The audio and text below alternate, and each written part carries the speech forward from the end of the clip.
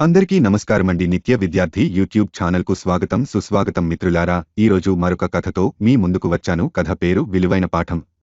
ఒక తండ్రి తన చిన్న కొడుకుతో కలిసి కారులో ఊరికి వెళుతున్నాడు. కొంచెం దూరం పోయాక నెమ్మదిగా వాన మొదలైంది. చూస్తుండగానే అది పెరిగి పెద్దగై ఉరుములు మెరుపులతో ఆకాశం దద్దరిల్లిపోసాగింది. కారు నడుపుతున్న చిన్న కొడుకు, నాన్నా, ఎక్కడన్నా కారు ఆపుదామా? వాన తగ్గాక వెళదాం అన్నాడు. తండ్రి ఆకాశం వంక చూశాడు. ముందు వెనుక అంతా నల్లని మేఘాలతో నిండి ఉంది. వద్దు, ఆపకు. అలాగే ముందుకు పోనీ అన్నాడు. మరికొంచెం దూరం పోయారు. వాన మరింత పెద్దగా అయింది. చాలామంది చెట్ల కింద వాహనాలు ఆపుకొని ఉన్నారు.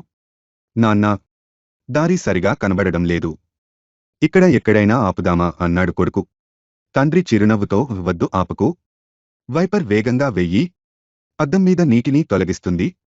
అలాగే కారు మందు వెనుక లైట్లు వేసి నెమ్మదిగా జాగ్రత్తగా చూసుకుంటూ ముందుకు పో అన్నాడు. కొడుకు అలాగే నెమ్మదిగా పోసాగాడు. 1 గంట గడిచేసరికి వాన తగ్గడం మొదలుపెట్టింది. మరో పావుగంట దాటాక పొడి నేల కనపడింది. ఇక్కడ ఆపు అన్నాడు తండ్రి. ఇక్కడ ఎందుకు నాన్నా? వాన అసలు లేదు కదా అన్నాడు చిన్న కొడుకు. ఒకసారి ఆపి వెనుకకు తిరిగి చూడు అన్నాడు తండ్రి.